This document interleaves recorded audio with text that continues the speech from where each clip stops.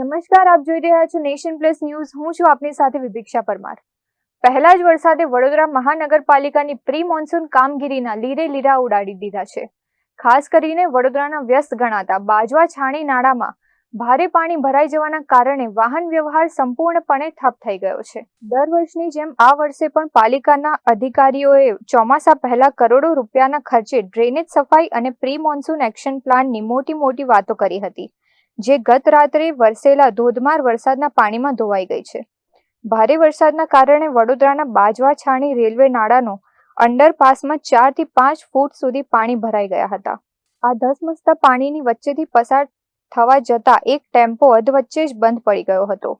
આ સાથે નાળામાં પાણી ભરાઈ જતા અવરજવરનો મુખ્ય રસ્તો બંધ થઈ ગયો, જેને કારણે સ્થાનિક રહીશો અને નોકરિયાત વર્ગ ભારે મુશ્કેલીમાં મુકાયો હતો.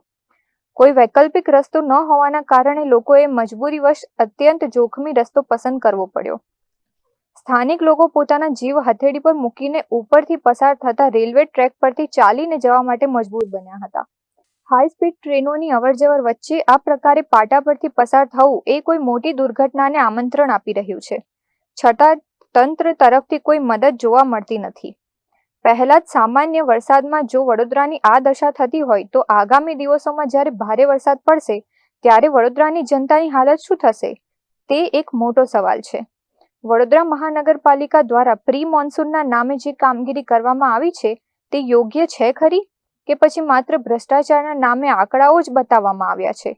સ્થાનિક રહીશોમાં અત્યારે વીએમસીના શાસકો અને સ્માર્ટ સિટીના એન્જિનિયરો સામે ભારે આક્રોશ જોવા મળી રહ્યો છે. કેમેરામેન નવનીત પરમાર સાથે Chirag Patel, Nation Plus News, Vadodara.